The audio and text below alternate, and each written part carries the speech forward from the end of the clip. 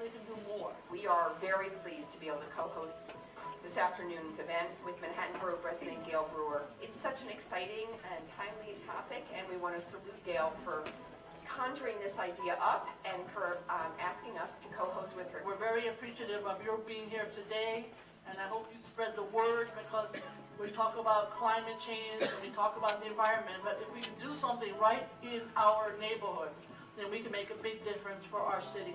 Well, this conference is about getting the word out about urban gardens in our local community. Our organization is doing urban gardening, where we are actually teaching our residents how to sustain themselves by gardening, growing, and just eating nutritious food. It's exciting because we have supported farms and classrooms and rooftop gardens that have both growing and hydroponics. Children have always been the gateway of bringing families from immigrant population into mainstream health. These children will now go home to their parents and start carving a pathway to healthy living and healthy eating. And food tastes good. We know food must look good, it must be good for you, but it has to taste good. And if we open our minds and allow the creativity of how to eat healthy, you will find that our children will embrace this. We are in the way. What we are doing here in New York, it's not on everyone's radar, but trust me, it has taken flight. When we show our Bellevue Hospital initiative, the first of its kind in the country, to do what has been in contrast to medicine in America, we are going to reverse diseases. Congressman, think of this. Think of somebody who lives in a food desert, who is now able to get healthy produce, not only just online, but delivered right to their doorsteps. Think of someone, a mom who is trying the best that she can to get the best types of food to a child who may be allergic to nuts, who's looking for gluten-free, who's looking, we just had a call when we first made this announcement a couple of weeks ago. Our mother said, thank you, because I'm always trying to find soy-free products for my child, and they can't get that readily accessible and available in the supermarkets around her community. Now she can go online and have these products delivered right to her doorstep. Nearly 75% of Staten Island residents can be considered either overweight or obese, therefore increasing the risk of diabetes by 2 to 4 times and dramatically increasing the risk of heart disease.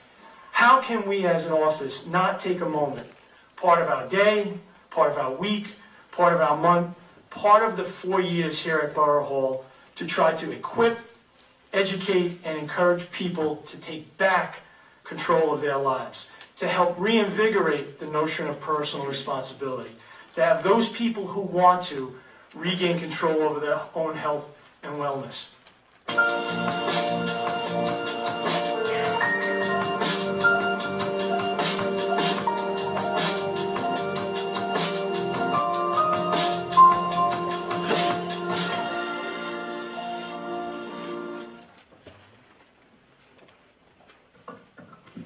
Applause for that great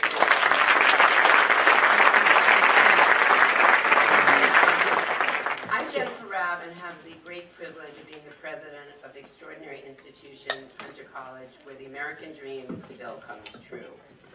It is a great honor to welcome all of you today to our Silverman campus, a building that we were lucky to be able to build about 10 years ago when we did a real estate swap from our social work building on 79th Street to move the Hunter mission to a neighborhood we can truly engage in, and to try to move the needle in East Harlem on certain intractable problems and the issues of wealth inequality, of health inequality, educational inequality. And focusing on the area of health in this neighborhood made it clear to us just how much of our health problems were truly preventable. the epidemics of diabetes and obesity, the incidence of stroke in low-income communities were something we could do something about. So we focused on creating the Hunter College Food Policy Center, and we're very lucky to be able to recruit our own diet detective, the wonderful Dr. Charles Platkin, who so many of you know, to think about how could you harness the research capacity of a great public urban university to bring our experts together to think about how to move this needle in preventing the diseases brought on by poor nutrition. And you'll be discussing that today, but to be able to bring faculty and engage them in a pressing problem really meant that you were bringing the academy to translate its knowledge to have impact. In addition, with Charles and our Director of Nutrition here, Khurshid Navad, we are training undergraduates in community health, and we are training graduates and undergraduates in nutrition and really sending them out to our communities in New York. So we began to expand our outreach and bring the center throughout the city to both train, to research, to bring our knowledge, to have impact on policy, and to create a voice for all of you, for the advocates in this city who know that if we don't address the issues of food disparity, of food deserts, and an inability for our low-income populations to live a healthy lifestyle, we're going to remain in this vicious cycle. So today's event is really a culmination of that outreach, and the city is just truly lucky to have the leaders in every one of our boroughs. And I'm so glad we had that video to take a look at the work that our great borough presidents are doing. Gale with her focus on gardening in the Bronx, my borough president, Ruben Diaz, thinking about food deserts. For Borough President Adams, this is both a personal quest and something that he's really just been the voice of thinking about food, particularly for our children.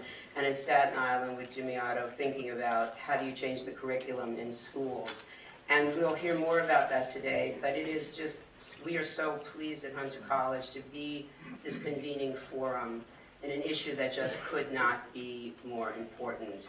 Our motto is Mihi Cura Futuri, the care of the future is mine, and bringing healthy eating, abolishing and attacking food deserts, changing behavior so that all of us, particularly our low-income residents, can live healthy lifestyles. Nothing could be more important. So Charles, we're so lucky, as I said, to have you as our leader. Charles is known as the diet detective. Many of you may not know he's also a recovering attorney, which is why he's a sleuth and such an advocate. And the only thing that is not fun about Charles is sometimes going out to lunch with him, because he walks the walk and talks the talk, and don't have dessert, salad dressing, or any of the things on the no list when you're with Charles. Please welcome me and join me. Thank you and welcome Charles.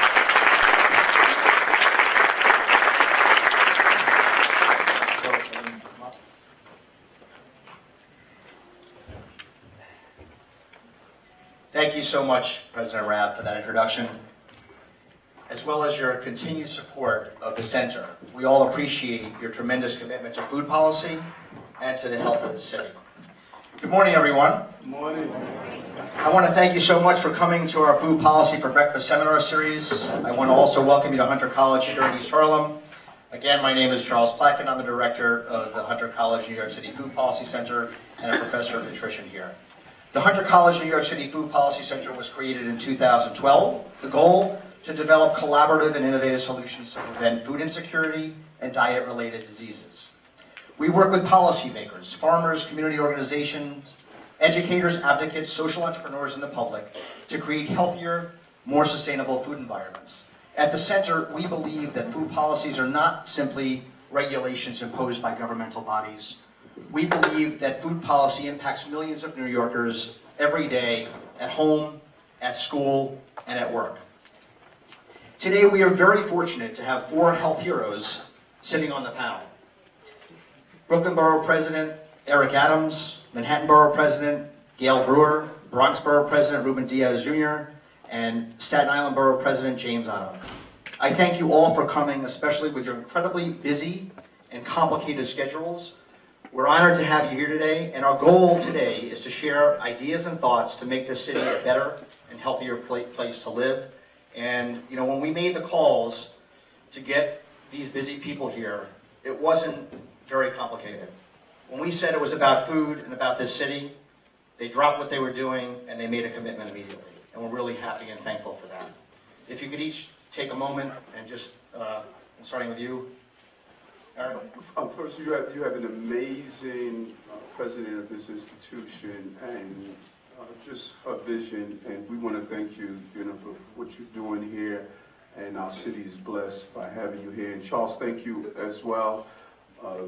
As a former law enforcement, I like a good food detective. And I love the video because it showed me that my colleagues, who we really just have a great relationship, we like each other, and we are all in this space, and it means a lot. Ruben said sometimes. We have fun together. We're all in this space, and we're all, on the same path, different boroughs, but the same mission, and I'm happy to see that and be a part of it.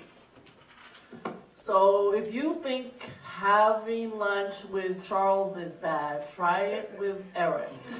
So the four of us get together on a regular basis. We really do like each other, and we have a ton of fun together.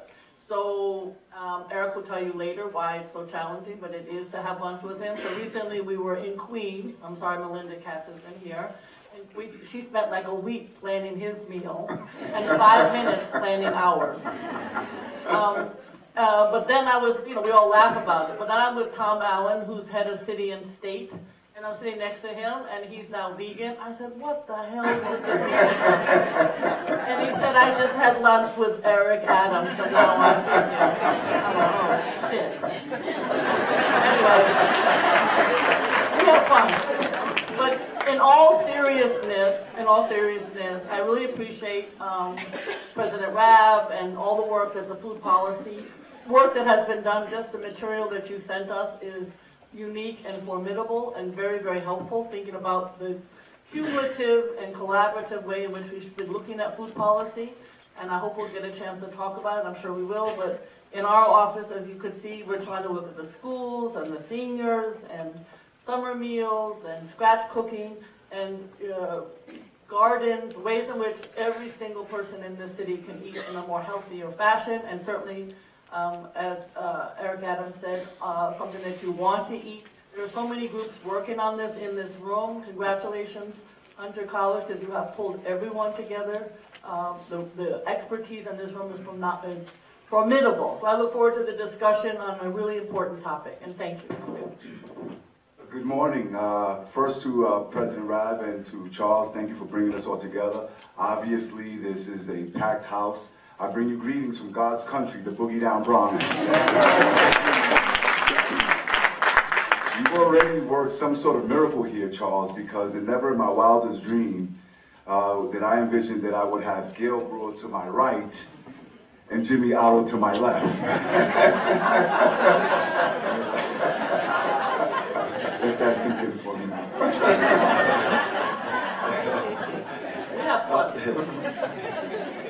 Ladies and gentlemen, I represent the borough where a lot of great things are happening. And when you look at how the city is changing, everyone speaks of gentrification and displacement.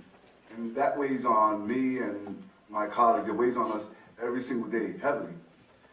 But what also weighs on me is whether or not, with all of the transformation in my borough and all of the development that we've seen in the last 10 years, for instance, over 96 million square feet of development, 45,000 units of housing, crime the lowest since 1951.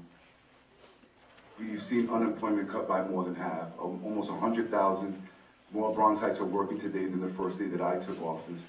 What weighs on me is whether or not the citizenry is going to be healthy enough to be around to enjoy the benefits of the progress. And so with all of the things that we've been able to brag about in the transformation of the Bronx, health is still not one of those areas. And whether you want to educate someone, give them a job, create roofs over their heads, health is the most important thing. And at the very forefront of that is what we eat and how we make healthy, affordable foods readily accessible to the people of my Bronx and throughout the city of New York. And so I'm so happy to be here today, and I look forward to this conversation. Ruben, there are a few people in my party who probably aren't surprised that I'm to your left. Like, see, I told them. Have I moved to my left, or have they moved further to their right? You can join us tomorrow for another panel discussion. So, my name is Jimmy Oddo, and I brought a few books with me. And it's not because I'm in the business of selling books. It's that I want to ensure, at the very least, my contribution to a wonderful room of engaged New Yorkers is that if you haven't read some of these books, please read them. And if you have wonderful recommendations for me, I'm open-minded to hearing. I just read this book, The Depth of Expertise by Tom Nichols, who is an academic. I think he's also considered a never-Trumper. And The Depth of Expertise basically says today, people who are considered intellectuals, people who are considered professionals, experts, are poo-pooed. And how the public goes on the internet, reads a Google page or two, and believes their opinion is equivalent to the experts. And I want to start out with that because I don't want to violate my own rule. I am not a physician. I am not a nutritionist. I am not an expert per se in any component of this battle. What I am is the youngest son of a former New York City motorman who was a rock, who was a workaholic, but who most of his life suffered from disease. And I watched the impact on him, and I watched the impact on the primary caregiver, which was my mom, and I watched the impact on us. And as I age, and I'm 53 now, and I look in the mirror, I see my father every day. And I am 9 years older than my wife. That weighs on me. I don't want her to endure a lot of what my mom endured. So I have been on this path for personal reasons and living a lifestyle. And when I was in the city council, I was fortunate to get on the health committee. I was fortunate to become friends with Chris Quinn. She became chair. When I got to Borough Hall, I said, we're going to make this a priority. I was reading another book this weekend, and it referenced a program. It's dated from 2003, called Eat, Exercise, and Excel. It's a school called Anthony Elementary School in Leavenworth, Kansas. And long story short, the school went from the worst in all these categories to some of the best because of the introduction of good food and exercise. Policies matter, leadership matters, creativity and out-of-the-box thinking can affect outcomes, can affect lives. And I'll close with this. I am so thrilled to be in a room. I love my home borough, born and raised. I can't get this many people to talk about food policy if I had held 10 meetings. So I'm really excited to be here with three of the people I respect the most in government, people I really love, and I hope I get to contribute something to the conversation. Thank you all. That was fantastic. And welcome again. For those of you who wish their friends were here and wish they were watching it with you, they can watch it live at nycfoodpolicy.org/BP Live. So my first question, and I'm going to read a quote for you. There seems to be many interesting, smart, and creative programs around food in New York City, including the first menu labeling law, Fresh program, Meatless Mondays, and free breakfast and lunch for NYC public school students. But it doesn't seem to be as part of a master plan on food. There doesn't seem to be any true coordination. Yes, of course, we have a food policy coordinator in the mayor's office, but there doesn't seem to be a lack of overall importance, a holistic ecological program around food. What do you think about this statement? And we can open it up to the panel. We are not there. We are just starting to touch the surface. And whenever you do something new, you move from knowledge of to practice to being, as Dr. Dispenza always states.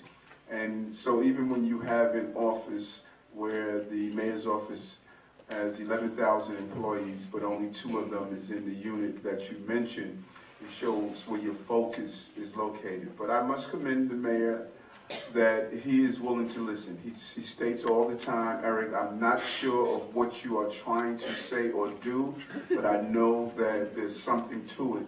So help me along with this. And we have been able to make inroads in doing so and changing the thought process, as the Borough President of Staten Island stated, that many people have not connected the dots. They're waking up in the morning feeling a certain way. They're watching loved ones' lifestyle erode. They're not connecting the dots, and that is what we are attempting to do to show people to do so. So it's good. This is an ocean liner, and it's not going to turn around on a dime. We need to be patient, and we need to allow it to turn around to move in the right direction. I'm a little less patient. When I was in the city council, thanks to Jimmy Oddo and my colleagues, we passed Local Law 50, which is basically buy local. And just to give you an example, that passed when I was there, which was 6 or 7 years ago. And supposedly the agencies, 66 of them, are supposed to tell us whether or not they are purchasing local. I couldn't mandate it. If I could, I would have. So it's best effort. But 3 agencies responded of the 66 agencies when we contacted them about the localness of their purchasing. I don't need to tell you how many millions and millions of dollars. We all hear about the Department of Education, but there's also the Department of Correction, Department of the Aging, Head Start. I could go on and on of the agencies to purchase could. The reason I know how important it is, I took 2011, 2014, 2015, and 2018, both as city council and as borough president, city agencies on an upstate farm tour. And I wanted the agencies to see, from decast to correction, what is available, how you can purchase lettuce, how you can purchase radishes, how you can purchase apples, and bring it to the city of New York. We all go to the markets, but the issue is the city of New York would benefit with fresh fruits and vegetables, and so would the farmers. We're very concerned. And the farmers who come to the markets, they don't come as far as the Finger Lakes, for instance. They only come from the watershed or from the Catskills. We could, as a city, purchase in this wholesale manner, and then the farmers upstate, way upstate, would be helpful. So number one is purchase locally isn't happening how it should. Even though we know, thanks to many of us on this table, we have Meatless Mondays and we have supposedly local purchasing on Thursday at the Department of Education. DOE has come with us many times, and I appreciate that. But between the great work, for instance, wellness in the schools, and I know Nancy Eastman is here today, we need to have groups like that in every single school. We need to have alternative menus. Only 128 New York City schools out of 1,800 have an alternative menu. We need more scratch cooking so we can have a whole discussion about the issue of the schools. It's not coordinated. How about summer food? You know, the federal government pays for every single penny of summer food. Every single year, we put out this flyer for all of the locations of summer food available, but we have a hard time getting the schools to do it. That makes no sense. The seniors, we can talk more, but the seniors, we provide as much as we can for $8 across the borough of Manhattan, opportunity for seniors in growing season to get fresh fruits and vegetables. However, many of my seniors, and I think this is true in other boroughs, they live in gentrifying areas. The food is expensive. Sometimes they have to go to another neighborhood to get the food. And then, of course, there's a whole issue of the wonderful gardens and the opportunities, as we hear from Harlem Grown and other incredible programs. NYCHA, what you heard earlier, what Diane Blackwell's doing in her NYCHA community. How do we give more support to the community gardens so that they too can work with the schools and with the senior centers? So I say all this because it is disjointed, as Charles has indicated. And the question is, how do you put it all together? There are many more pieces. Hunts Point, which is another topic. Hopefully, Borough NYC will have their own distribution center in about a year and a half. You're taking every question of mine, Gale. Well, anyway, I am just stating the disjointedness is exactly what you stated. And that's the reason why, like Gale, I'm also frustrated at the administration, because when you speak of food and you speak of this wonderful city, there's so much that comes with that. I mean, food is a driving force in our economy. Food is a job creator. Food is about health. If you look at what we've been able to do with the state and in Hunts Point, we made an announcement with Governor Cuomo a couple of years ago, the South Bronx Food Hub, where those markets, the produce market in Hunts Point, there's a pact now between them and many of the farmers in New York. That creates jobs here, but it also creates jobs and it saves the farmers in the state of New York.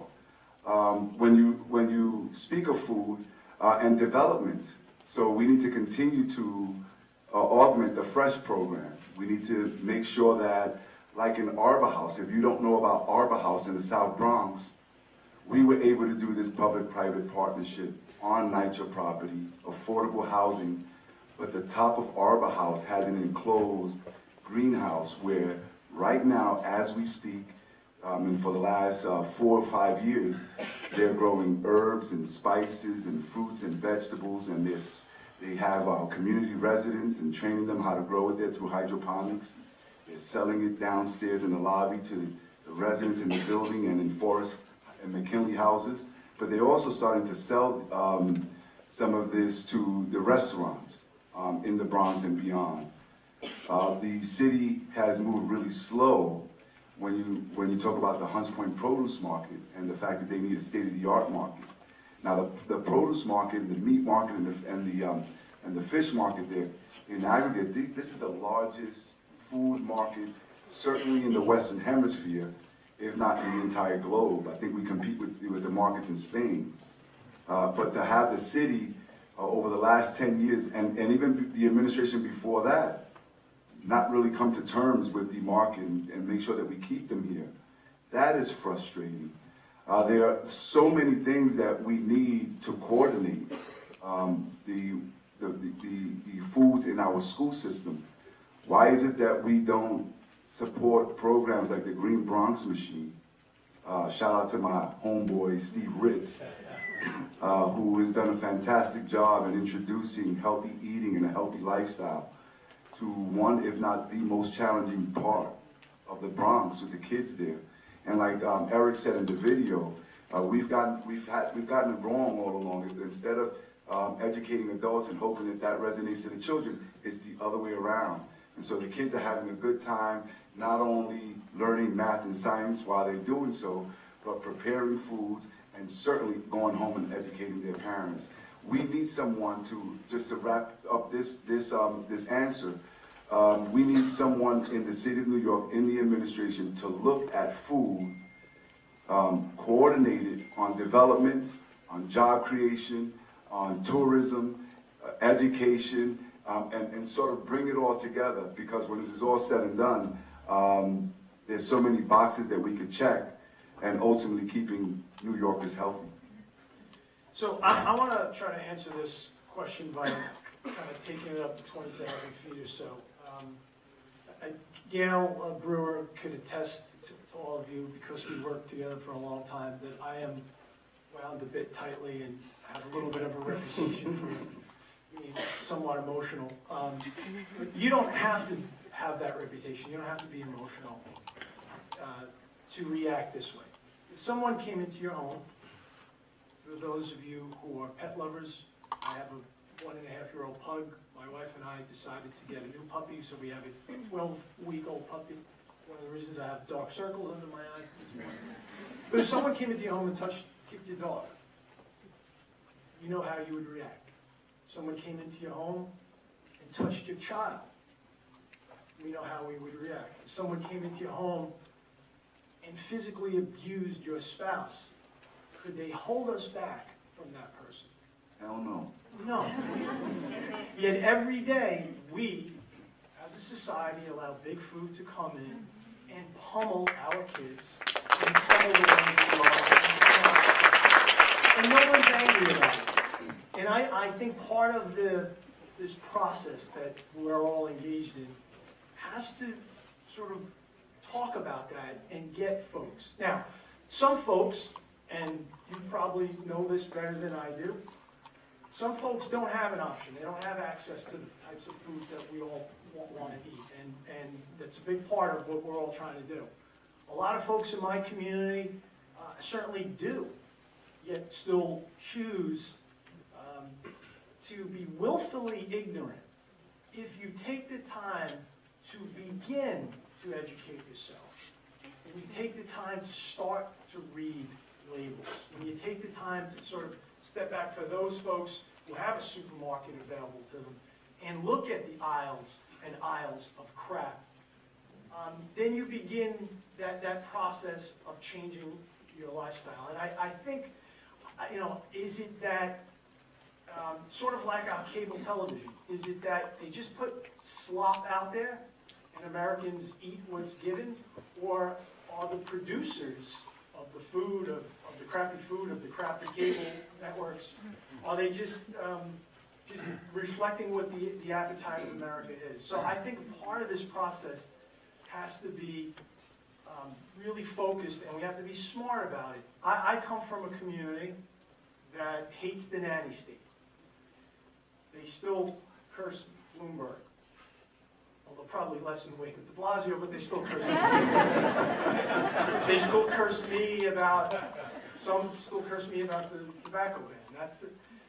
And when we started at Borough Hall in 2014, and I told our team we're going to make health and wellness a priority, the way I framed it is the guy who quotes Charlton Heston and, you'll pry this third Twinkie out of my cold dead hand, let him have his third Twinkie.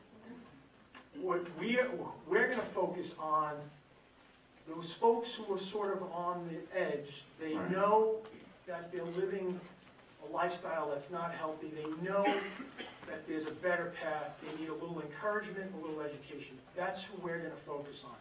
The guy who's going to go on social media and call me a rhino and all this other bullshit, let him, we'll get to him eventually, or we won't.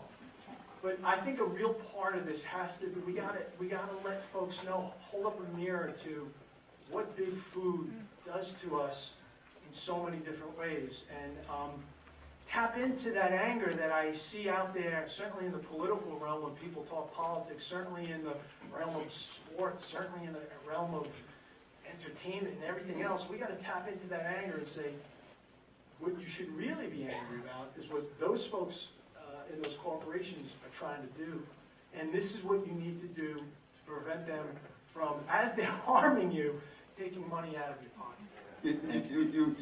So I can manage your expectation. We're going to run this show. I know you got a list of questions. I know you have a list of questions, but trust me, we're going to do this. And I need to touch on what Jimmy stated that's so important. And, the connection of the dots is crucial. Because if I know who assaulted my loved one, I can direct the anger there. But if you come home and see them battered and bruised and don't know how it happened, you are, number one, becoming frustrated. You even move to a place of blaming yourself. And you can't point the finger. That is why it's crucial that we connect the dots. So many people are not aware that your baby is missing school because of asthma, because of what you served him the night before. There's so many people that don't know that, yes, mother lived to be 90 and she has dementia. It's that steak year after year after year. They don't know some of the cancers that we receive. I just lost my dad to prostate cancer. My sister just had breast cancer. My other sister lost her kidneys due to diabetes. We are of the mindset, and I remember when the doctor said I was diabetic, how much I said to myself, well, Eric, you knew this was coming. Diabetes runs in your family. And now the reversal is running in my family. So people have not connected the dots, and that's very important. So I'm going to stick to my question, which is, what's the vision, okay, over the next 2 to 3 to 5 to 10 years? How do we change that outcome? And I'm not talking about specific programs, but how does is the city empowered enough to make a change like this? And are we, I mean, you guys are on the inside, okay? Can we really affect the outcome and move the needle? Is it possible? I mean, Without a doubt. Okay, but how? What we must do, number one, we have to stop tinkering around the edges. And this Titanic is sinking, and we can't just move around the deck chairs. We have to fix the hull. And that is what we're doing. That is what we're doing. I know in Brooklyn, we're going after the core. Our programs and initiatives that we're doing is going after the core. And folks like me is one of the best spokespersons for this type of movement. When you do a GIS mapping to see how bad we're doing health-wise, it is in communities where people look like me, look like Ruben. The black and brown community, when you talk about this food stuff, they say, that's that white thing. What are you talking about? And so I have to be able to go in my churches. We have the NAACP, who's now teaming up with us. We have the Urban League. We're doing black ministers and other ethnic groups that come in. Because you have to change the paradigm and the culture on the ground level, because you can't force this on folks. They need to see naturally the evolution, because food is not just what you put in your mouth. It is how you define yourself. Are you talking about my aunt's recipe?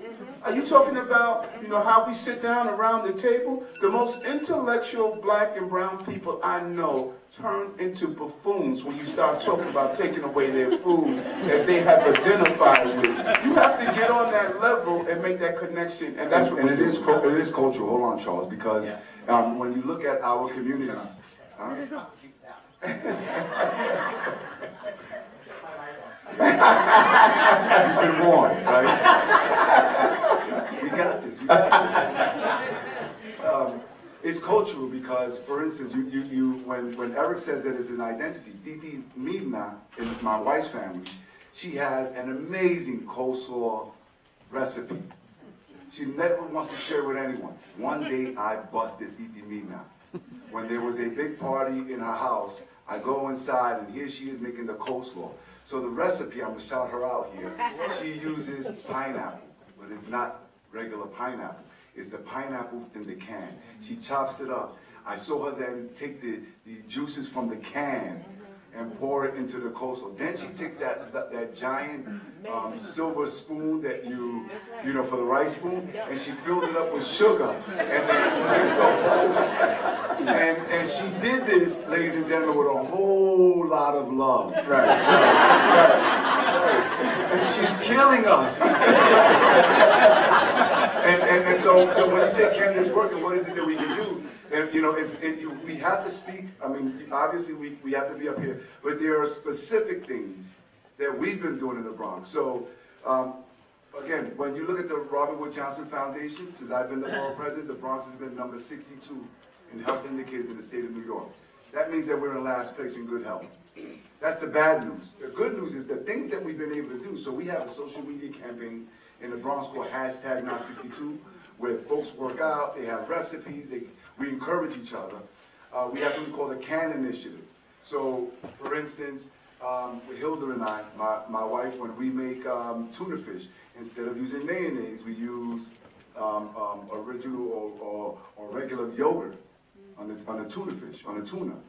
And so these are the little things that, with the CAN Initiative, that we expose people to. We have chefs we work with the New York Bodega Association and the Supermarkets Association, and we bring celebrity chefs into the supermarkets, where we bring other chefs. We brought chefs to some of our Baptist churches, where folks can now continue to enjoy their recipes or enjoy the food without sacrificing the palate. And because of that, in 2015, when the good news is that while we still number 62, when you compare the Bronx to itself over the last 10 years, at least we're getting healthier and healthier. And so we were able to get the Culture of Health Prize from the Robert Wood Johnson Foundation. And so it can work, but you got to collect the dots, connect the dots, and then coordinate it all together. Yeah. I just want to say that government needs to do a lot more. Going back to your first example, I mean, 22 supermarkets have closed in Manhattan since 2017. Some have opened, but 22 have closed. And it's because we don't pay attention, for instance, to getting rid of the commercial rent tax from Chambers to 96th Street for supermarkets. We don't think about ways that they have only a 1% margin. And we need affordable supermarkets. We cannot use just, as we say, whole check, meaning Whole Foods. So, and then the other thing is, as I indicated, the summer food. We now are going to have a task force with all of the agencies to plan for it, because we cannot get the agencies to do what they're supposed to do, to plan for summer foods at NYC, summer foods working well in the schools, summer foods in the recreation centers that parks have. Sometimes they don't even advertise that the summer food programs are there. And then I also want to talk about scratch cooking. Scratch cooking, you need to have scratch cooking in the schools and in the senior centers. And now we have been working with the senior centers because of our focus, as I indicated earlier, in getting fresh food for the seniors. So we're going to have in May, very soon, all of the senior centers in Manhattan to join us, because they obviously, in their room, people here in the room who know, you have to have a certain amount that you spend, ditto for DOE. How do you do it in a healthy, nutritious fashion? With all due respect, it is not happening. And all of these dots are not connected. Well, I just want to stick to one thing, because I have 50 questions. I'm going to stick to this one question, which is, and then I'll get, what's the vision? Okay, what do you tell the city government? Okay, these are bottom up approaches, which I think are critical. But how do you organize a city that has priorities, and food is absolutely not one of them? You don't go to Iowa. Right. No. Just a couple things. First, I want to say that, Ruben, you have volunteered yourself to speak to Mama Oddo about her meatball recipe for that story. So, good luck with that.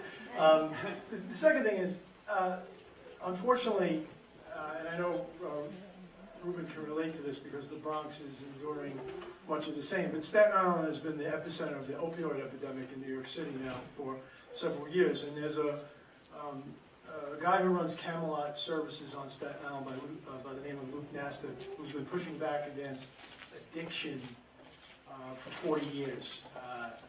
And he made a comment in one of our meetings that if you call it an epidemic, then you have to treat it like an epidemic. And we are far from taking a victory lap on Staten Island on the opioid front, but I am very proud of the fact that so many disparate entities and ideologies have come together to push back. And to answer your question, I think what we've done on the opioid epidemic is every single possible front you have to attack. You have to attack it from the treatment and the education front. You have to. Does that come from you? Yeah, well, interestingly enough, yeah. We, meaning local elected official, advocates, the treatment community, an enlightened district attorney, and enlightened NYPD have come together. And we have been the ones to fight with city DOE to get a curriculum in place, and we finally got the Too Good for Drugs curriculum, and now Governor Cuomo has come in with the PACS Good Behavior Games, so that it's not just one grade, thinking that we're going to touch these kids in the 5th grade with this message and think they're going to be equipped to push back. So the answer we have been the ones dragging the city and the state on that front, and we being this coalition. And so part of that for us is the schools absolutely have to be an integral part of it. To echo what my colleagues have said about the young people, peer-to-peer is where it's at on so many of these messages. So nutrition intelligence for kids. that goes a long But way. you have math, science, reading, writing, and all It this. does. And we don't have that in the schools. We don't have that as part of the core curriculum. And you hit it on the head. I know there's a desire for this to be a top-down visionary leadership, but the reality is it's going to be a bottom-up. You have folks like Andrea Strong, who's here, who's leading an entire protest of parents getting involved. Because that's what it's going to take. As I sit down and I speak with the heads of the Department of Health, who they're supposed to ensure that our food and our system, that we're healthy. And I talk about this all the time, we feed the crises in the city and in the country. When the Department of Health spends millions of dollars to talk about fighting childhood obesity, childhood diabetes, childhood asthma, yet every day we feed our babies 960,000 meals that causes childhood obesity, childhood diabetes, childhood asthma. And then when you go to the Department of Health and have a conversation about that, they're sitting there eating their lunches that is same food that is dangerous. We're having discussions in our schools about what type of pizza. Pizza is the leading cause of obesity. Yeah. And so there's a contradiction. Then there's something else that's very interesting. I was on the phone the other day with environmentalists, and they were trying to tell me to stop a pipeline. I said, well, hold on for a moment. The leading cause of disruption to our environment is the overconsumption of meat. Why are we playing? It's comfortable to talk about fossil fuels and gas and cars. Why aren't you guys talking about the overconsumption of meat and how that is, how much water it takes to make an hamburger? Maybe because no one will listen. No, not because no one won't listen. It's because what we have found, number one, we're looking for comfortable conversations. We're looking to move the deck chairs. I want to fix the hole. And we can't continue to play this game.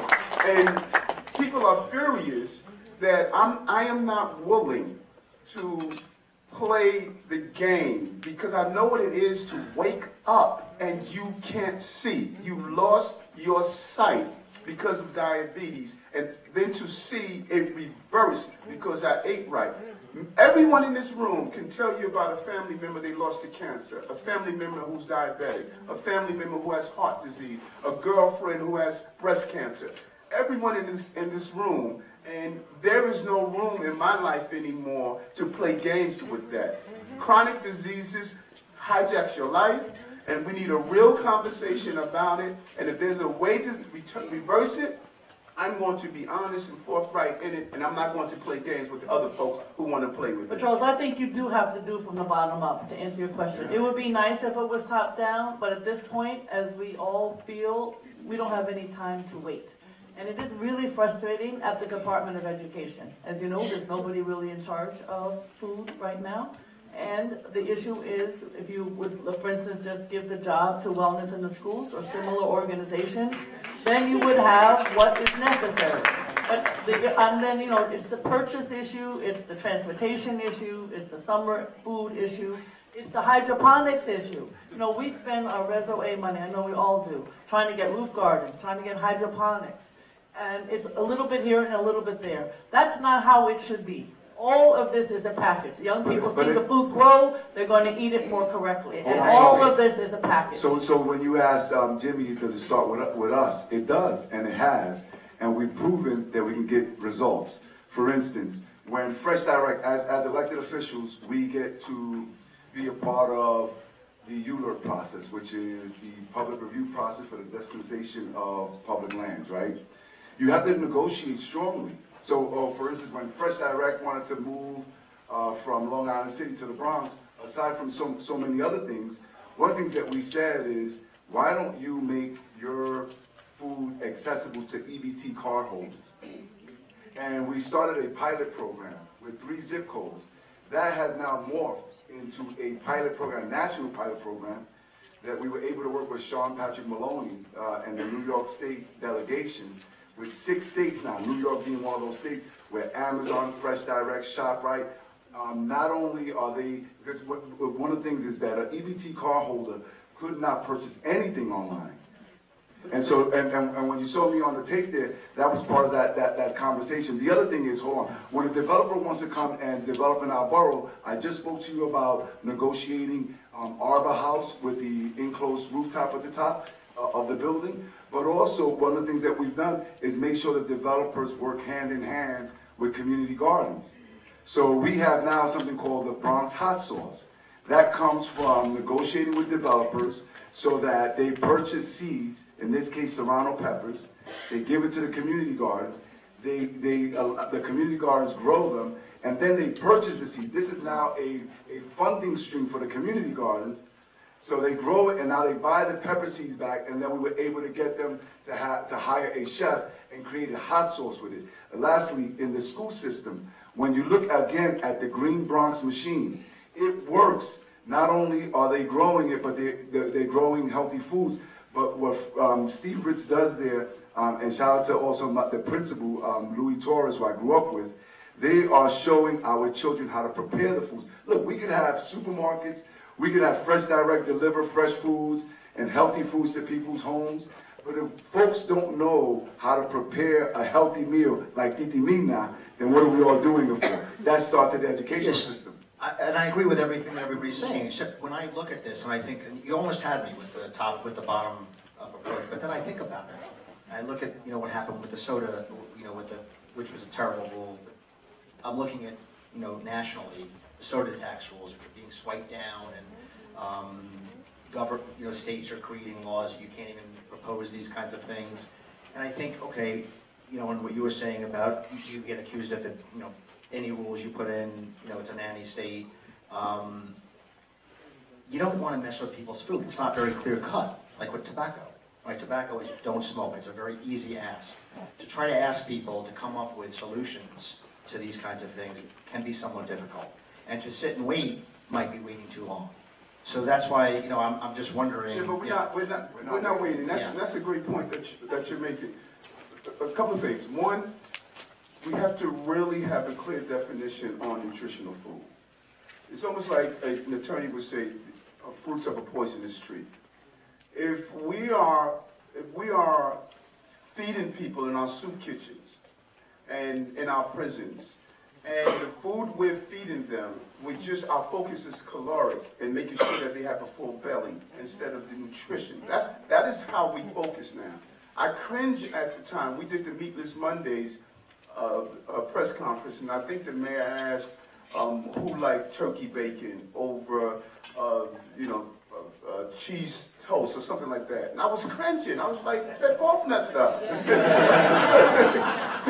So we first have to educate ourselves on what's nutritional food. Not food like. We're eating food like substance, and we are considering it to be food. And you hear some extremely intelligent people talk about what nutritional food is when they are so far off. And so we need to have a real conversation of what is the goal, so we're moving towards the correct goal and not just moving towards the symbolic goal of eating healthy. Can I complicate it a bit? Yeah, I think this is important. We've heard the phrase connect the dots a couple of times. So as much of a challenge as food policy is in and of itself, it doesn't just operate in a vacuum. There are lots of things that feed into it that are really important to me and I think should be part of the conversation. Sleep. Please read this book if you haven't read it. I think this is a life-altering book, Why We Sleep. Sleep is connected in a very direct manner to the obesity problem. I mean, just look at, when you understand the science of sleep and the lack of sleep, and then the brain calling for those sugars and those fats, you see how sleep deprivation actually fuels the desire and the hunger for that crappy food. Sleep relates to school start times. Look at the science. The science should be driving the policy. There's no reason in the world for high school students in New York City to be starting class before 8:30 a.m. Follow the science. I watched a documentary, and a principal actually was on the Exercise Excellence. Well, it shouldn't be what's good for adults, what should be what's good for the kids, and what's good for the kids ultimately will be good for the adults. I read the stuff about Eric and the stuff about mindfulness. recess, how we become, hostage to the standardized test. So to get these kids prepared for the test, we've robbed recess. Play, free range play, all of these things are tied into the obesity epidemic and this fight. And so again, to answer your question, you have to attack it from every point possible. And yeah, it does come from the top eventually, but it comes from the top when people on the ground level kick and scream and make such a noise that the top has to begin to listen. And I agree with all that, but I also think that it's about leaders walking the talk and so forth. And I think You have to have leaders, that's the problem. Yeah, right. But the issue is, I just want to say, we have a big state, we have a huge state, and we have a And farming community, and we have a purchaser. We have farmer and purchaser, and we're not making the best of both. And that's why I keep talking about purchasing, because the city of New York could make the difference as the purchaser. So a question, would you, if you had a magic wand, would you be able to increase the amount that's spent on school foods? It's $1.35 right now. Right. So is the city able to contribute to that? The city right now, we have, both when Ruben and I were in the state legislative body, we did mayoral control. So right now, the mayor has full control of the school system. Much of our food money comes from the federal government, but in reality, we can find a way to contribute. But there's something else that's very important. We need to dispel the myth that healthy eating is too expensive. That is just not true. My food budget is cut in half from, instead of eating the steak and the all the other stuff that I ate, you could buy a dry bag of beans. And you could use those lentils for lentil burgers, for veggie burgers. You could use them for soup. Eating healthy is not expensive, and that's what we want to show people. Remove that myth that eating healthy is inexpensive. Especially with the Latino community. We originally, folks made aguacate or the hip thing, avocado toast. We had plant-based meals way before it was ever hip, right? Right. And that was because we were poor. And plátanos and bananas. And so all of a sudden it became more expensive, but we were eating aguacate way ahead of time, right? Well, I'm just saying the kids eat salad that is prepared correctly. It does not have to cost more. And by the way, we're spending $250 million today. Exactly. And $250 million we're spending right now. I think we could buy better, more nutritious food with the $250 million that we're spending. I mean, by the way, we call that Sicilian peasant food. That's what it was referred to, the beans and yeah. But Bill Telepan is here, who's a major chef, head of wellness in the schools. He's standing right back there. He can show you time and time again how you can pick absolute dollar figure given to you by the Department of Education and make a nutritious meal. He has to be able to do that and not be curtailed. And he's a whole list of how he gets curtailed by the Department of Education. Right. And what about the idea of having real education in our schools? So true. Food So- policy and so nutrition true. education, starting from, if you want to create a bottom-up approach, would that be a suggestion? Without a doubt. And Editorialize here. And it could be built into the curriculum. You could. Why isn't it? Because again, and I hate to beat a issue over and over again. I was going to say a dead horse, but that's not good for this crowd. Issue over and over again. But people are not connecting the dots. People are not connecting the dots. So if you have those who are in charge of the particular agencies, and there's a disjointed approach instead of a holistic approach, there's no reason our children can't learn math by saying 1 apple plus 2 apples minus a steak equal health. Doing geography, where do certain foods come from, and what is the culture of those foods, the power of spices, doing nutritional. So we can build, we have a school in Brooklyn where they have built a curriculum around health. And the different courses are talking about that, and that is what is important to do. We should. It's a disjointed agenda, and the agenda needs to be one agenda of raising healthy children and families. Why is it a lot, though? So a couple of things, but again, you want to speak about a curriculum? Again, for the third time, the Green Bronx machine.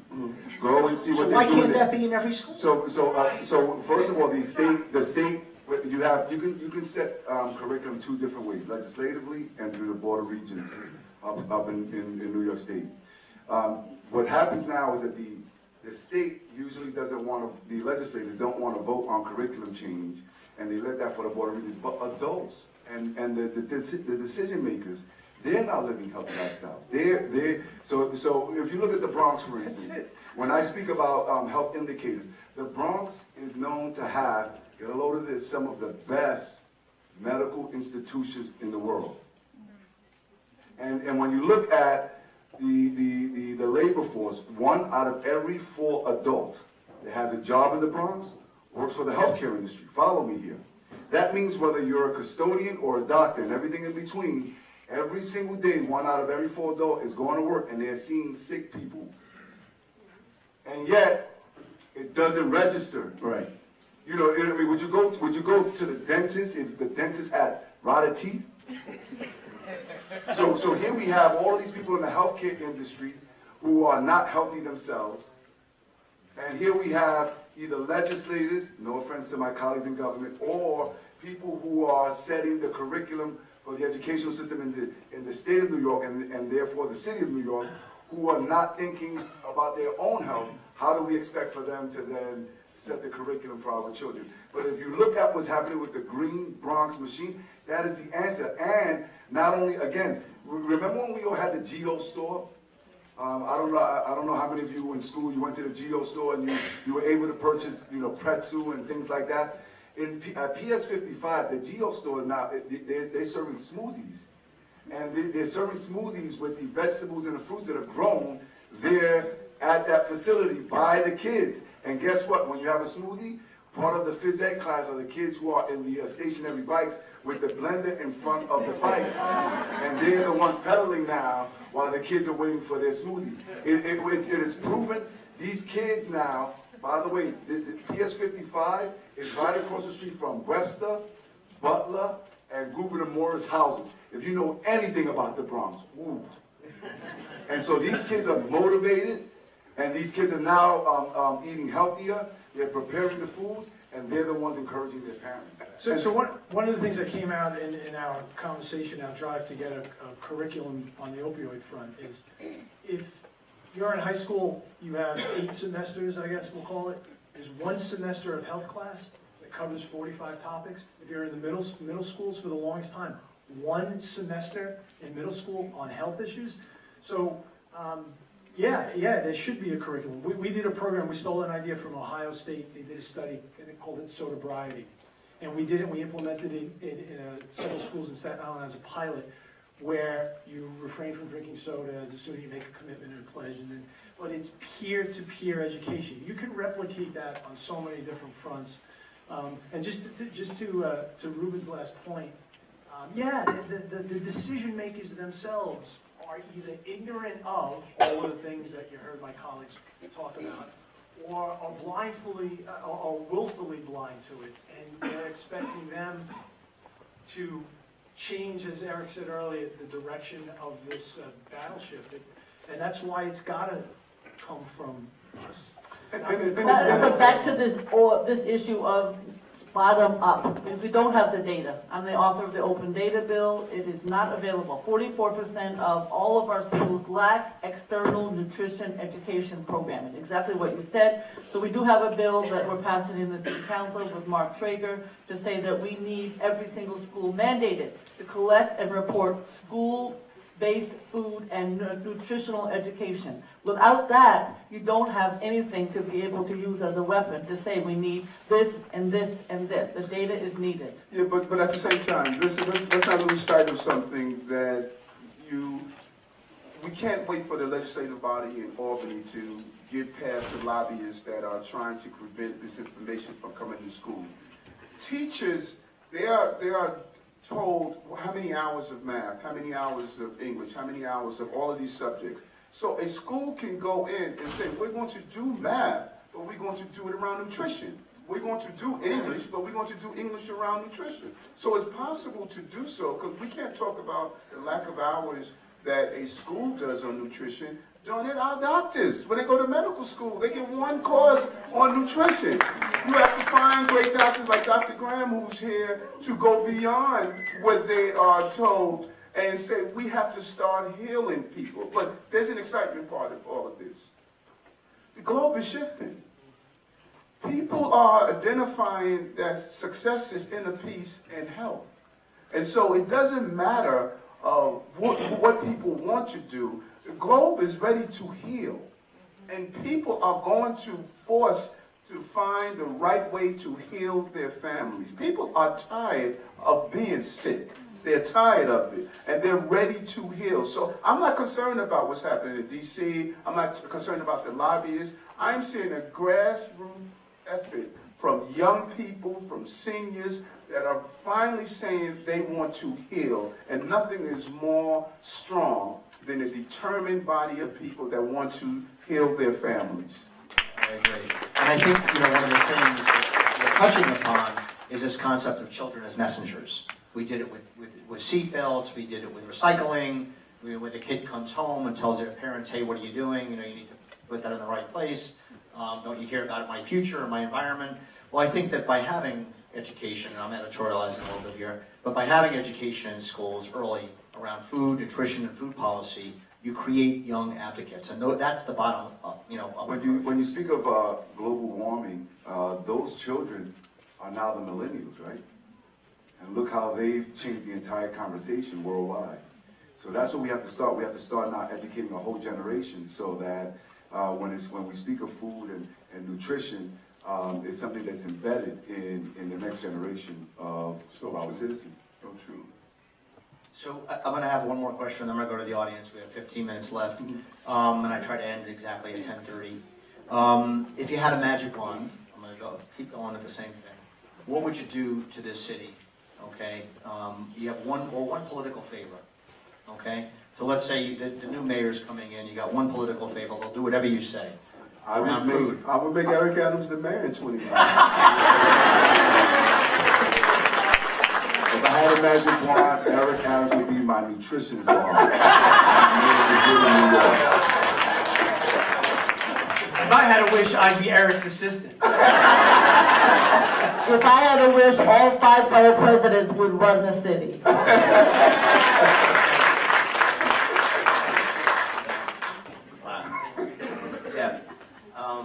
I'm Tony Hillary, Executive Director of Harlem Borough, and this is for everyone on the panel.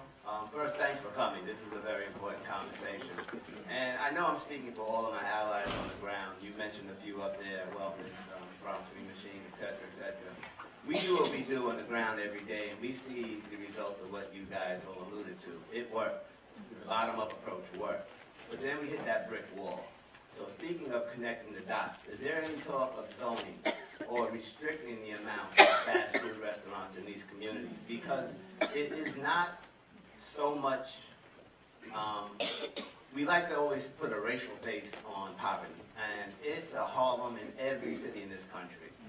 You show me that fast food strip with a drive-through pharmacy on every intersection, that's a poor community. It's all across this country, but we're talking about New York. It's always the underserved communities that share that undue burden of homelessness, poverty, et cetera, Is there any talk in your minds on some sort of zoning to cap these numbers of fast food restaurants? Is there a bill in the council? I mean, I think there was a bill in the council that Councilmember Rivera had years ago from the Bronx, but it wasn't able to be passed. And I don't know if it was a legal concern, but let me just tell you, to the credit of Speaker Johnson right now, based on the mom and pop issues, not just on the fast food, there is a push, again, as an idea, hasn't happened yet. How do we deal with the mom and pop, the rents and so on? So many people are considering many alternatives, but San Francisco has a formula bill, which we've been looking at. And that says if you have a certain number of chains in a city, then the community, and they're doing this in San Francisco very successfully, limits. The community can decide how many, if any, of that chain come into the neighborhood. So I think that would address, because so many of our fast food restaurants are chains, national chains. So that may be a way to address what you're talking about. But I think it was Councilmember Rivera, Jimmy, who had that bill. There's a legal issue between a tenant and a landlord and a tenant. So if somebody's building a structure, I don't know how much we can get into in the way of what tenant did. But if they are receiving some type of subsidy, or if they need some type of assistance, whether it's the ULURP process, reservoir money, so on and so forth. I mean, one of the things that we have at our disposal as borough presidents is that whenever you want to develop in our boroughs, you need an address. So, you know, things like that is what we use to our leverage. Jimmy has used that effectively. Jimmy, you gotta tell that story, please. In the Bronx, I mean, in Staten Island. But so for us, this is what we try to do with those who are coming to us in our office and saying, okay, if you want to go there, who are your tenants going to be? And working with the Bronx Overall Economic Development Corporation, which is the economic partner of the Borough President's Office, we've been getting more and more of mom and pop stores. We've been getting less and less of these fast foods as the tenants of these developments. But the formula bill has stood up to all legal challenges in the city of San Francisco. But Jimmy, please tell your story. Oh, I got sued a couple times. I withheld, as Ruben said, we have to issue street numbers, and I withheld some street numbers, and I withheld it for as long as possible. But tell the names of the streets. Oh yeah, so the developer just absolutely pillaged this property, and then came to us with they cut down trees. It was an old Catholic, like Mount Manresa, and he came to us with names like Rabbit Road and Timber Lane. So when I finally gave him the street numbers, I gave him a few of my own names. Give them to the audience.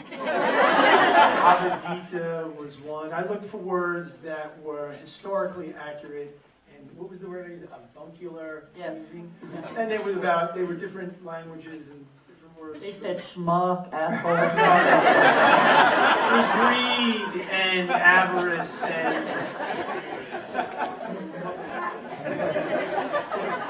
and they sued me, and it went to court. And he won. And we won. They They have yet, but the beauty of it, I was doing a little misdirection. I was saying, yeah, worry about the names, but the real issue wasn't the names of the roads, it was the mapping of the roads. General City Law 36 should be respected. Thank you. won.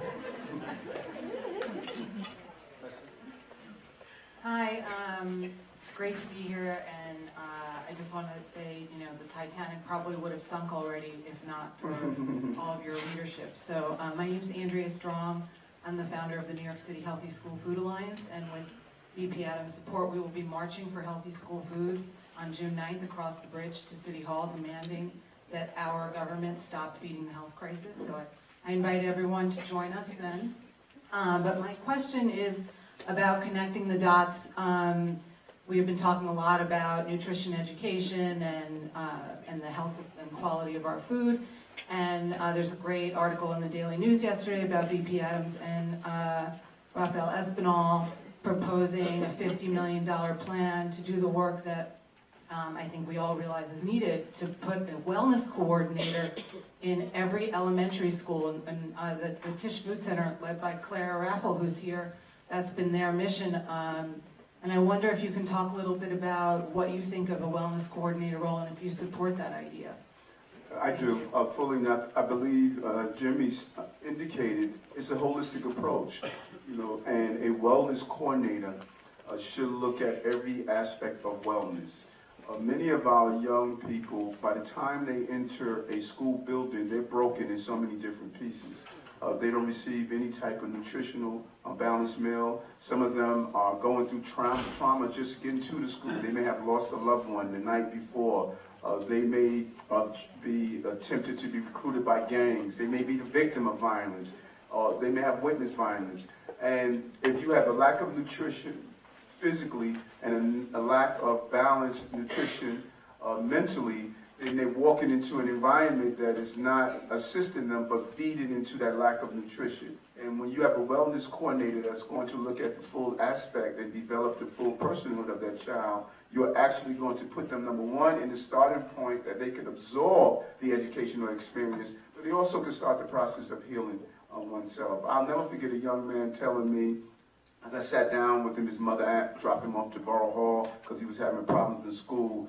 And he basically said, you know, no one ever asked me how I feel. You know, what I'm feeling. My good friend just was shot and killed, and I can't sit in the classroom when I'm feeling this way. And he was right.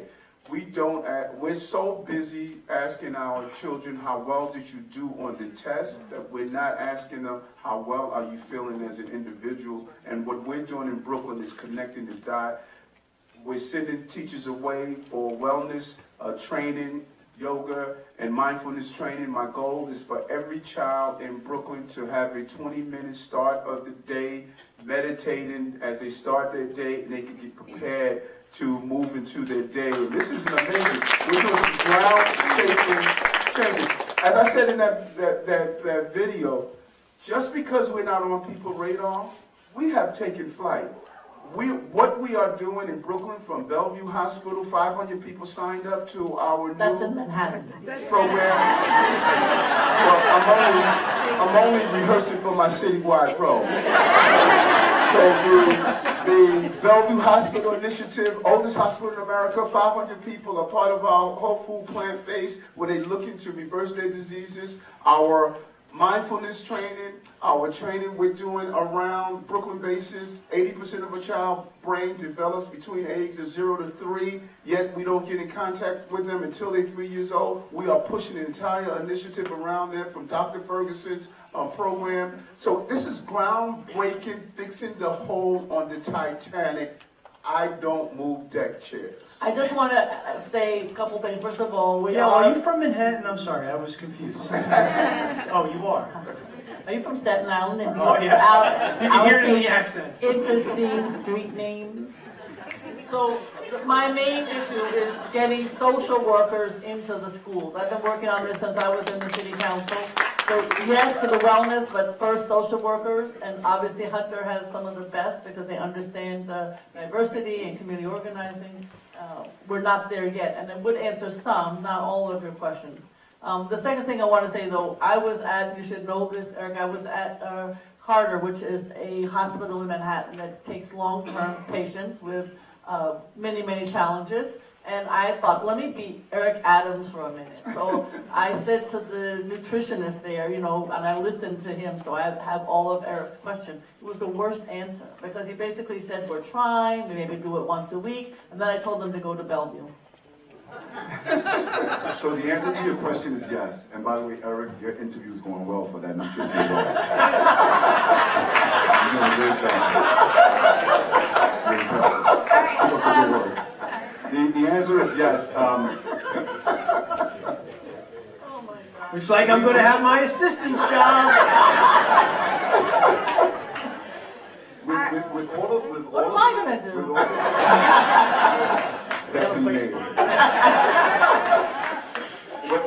With all of the things, the negative stereotypes and images of the Bronx in the 70s, 80s, and early 90s that we all have known, the worst thing that happened to us was that we were beaten down psychologically. The spirit was broken to the point where, as a community, as a borough, we just did not feel like we deserved better.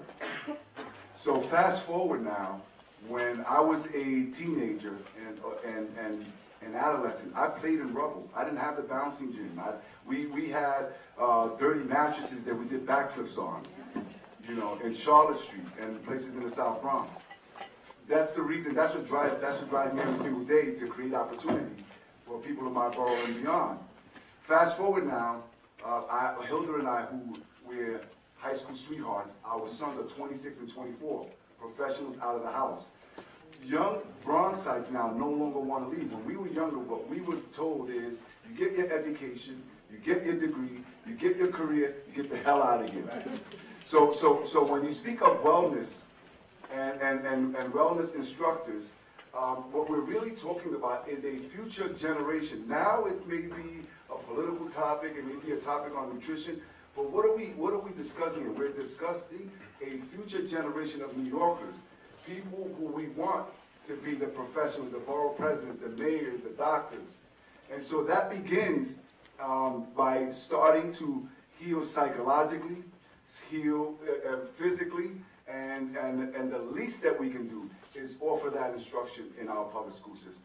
And you know what healed people do? They heal. That's right. So I just want to thank you all, and I think that they deserve an incredible round of applause.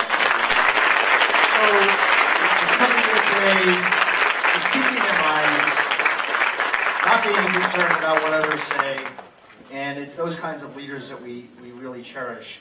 And thank you for the fascinating talk and discussion. Please make sure to check, I got to do a plug, please make sure to check out nycfoodpolicy.org, sign up for our newsletter so you can hear about these great events and our weekly news digest, and look for our future events. And we have a wellness fair downstairs with cooking demonstrations. You can all start getting healthy right now. And thank you. Amazing.